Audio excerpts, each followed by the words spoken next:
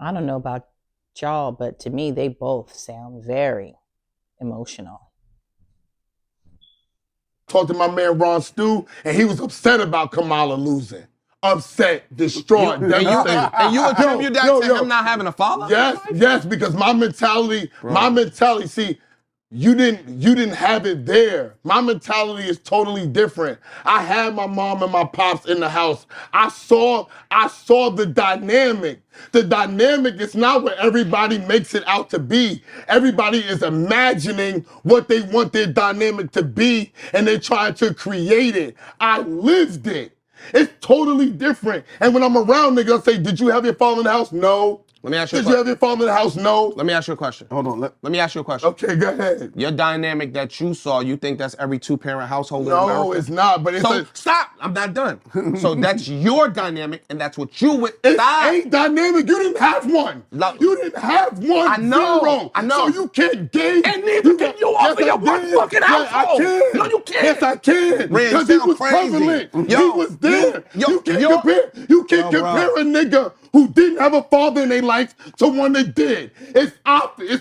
It's Let me ask you this. Hold on. No. You sitting there calling women black bitches. That's what your father made you do. Nigga, that's what you talking about. You sitting there disrespecting black women. You sound like a nigga that was raised by his mama. You sound crazy. You sound like an emotional nigga raised by his mama. I'm not emotional. You screaming, calling women bitches. They are bitches. Hey guys, welcome back to my channel. Thank you so much for tuning in. I appreciate you so much. First, want to give honor and glory to the Most High for waking us up this morning, giving us another chance to be better today than we were yesterday. When I first saw this clip, actually, I watched most of the interview. But when I came to this part right here, I was mind blown. Number one, anecdotal experience is not the end all be all. And it is definitely not enough to make a generalization like the one that Esso did. Now, Esso, I rock with Esso real tough, right? I followed him when he was on Ada at the Table, and then when he started Bag Fuel, and even when he was on Math Hoffa, right? I love Esso. He even came out with a clothing line, and I purchased a sweatsuit from him. It cost me $70, but guess what? I support good business, number one, and I definitely support black business. So I'm all for him. So everything that I'm saying is really out of love. I don't know if he'll see this. He probably won't, and I don't care, but somebody needs to hear what I'm about to say. Anyways, damn it. And the man just came to fix my AC. He got here. He said he was going to be here in 20 minutes, and he is here right now. So I'm going to be back.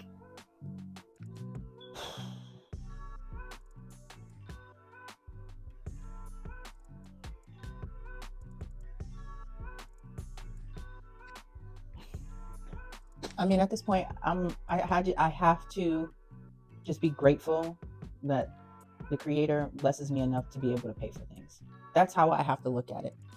Still blessed though.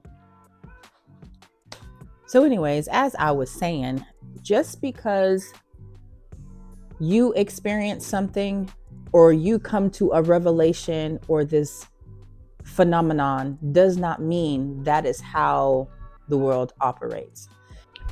The more I watch this clip, the more I understand where Esso is coming from. There is a significant difference between males that grow up with their father involved and ones that don't. There's a lot of emotional baggage and trauma that these men don't resolve, and it tends to show up in different ways.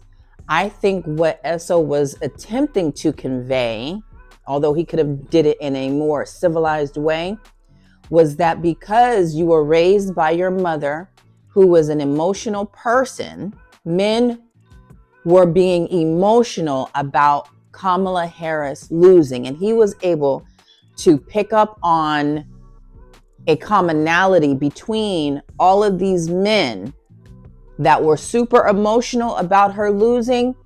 And he deduced, that is it. You guys didn't grow up with a father, and that is why you were so emotional about her losing. Now, whether that is true or not, we don't know. We would have to look at every male, at least the ones that are online, that are being super emotional about Kamala Harris losing and ask, Did you grow up with your father? He hasn't done that, but what he has figured out is that the ones that he is around, the ones that are within his proximity, this is the one thing that they all have in common. You can't dispute that. If everybody he's talked to, this is one thing they have in common, either it is or it isn't, right?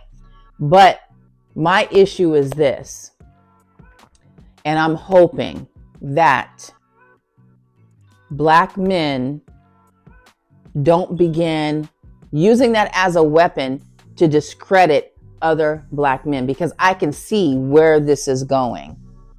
When you talk down to a person, when you discredit a person, when you dismiss a person, when you negate their thoughts and opinions based on their background, I believe that is very, very unfair, and it is reaching dangerous territory. And this being online, I could see a male, I can see an insecure man, or a male rather, using his background of having both parents in the home as a weapon to discredit other men in the future, especially if that other male that he's having a conversation with disagrees with him. Because it is a narcissistic trait to throw up things that a person cannot help and use that as a weapon to defend your own argument. So in these times right now, 2024, with everything that's going on in the world, and especially everything that's going on in the United States, Black men, y'all need each other more than ever. The women have already told you they are done. They not helping. So at this point, all you have is each other. Do I agree with that? Of course not. I think that we all need to be working together. And once we come together, we could, we just have to unify. Once we unify, we will be a powerhouse in this nation. But we're not willing to do that because of so many issues and outside influences and all kind of things, history, everything affects us being able to really come together and unify and knock out this thing called life and really, truly leave generational wealth within communities. But we can't get there because we aren't there yet. But Black women should at least be able to have each other, and Black men should at least be able to have each other. Don't let this become a new phenomenon, a new thing that further divides us, right? That's not something you throw in another person's face in order to prove your point. I didn't agree with that. I understand where Esso is coming from, and I definitely understand where the other guy is coming from. Just because I didn't grow up with a father, that doesn't make me more emotional or less likely to have my own opinion and think in a proper way, because there are plenty of Black women that raised their sons to the best of their ability with what they had, and was a great example of a parent, regardless of the situation. So you can't just always discredit. Do two-parent households work better than one? I believe they do. But there are also studies that say just because you grew up in a two-parent household does not guarantee that you're going to have a model citizen as a child. Your child is not going to come out, whatever, because they've done studies to prove that, So what you want is a healthy two-parent household. And to the other guy's point, he said, well, your dad taught you and allowed you to view women as bitchs.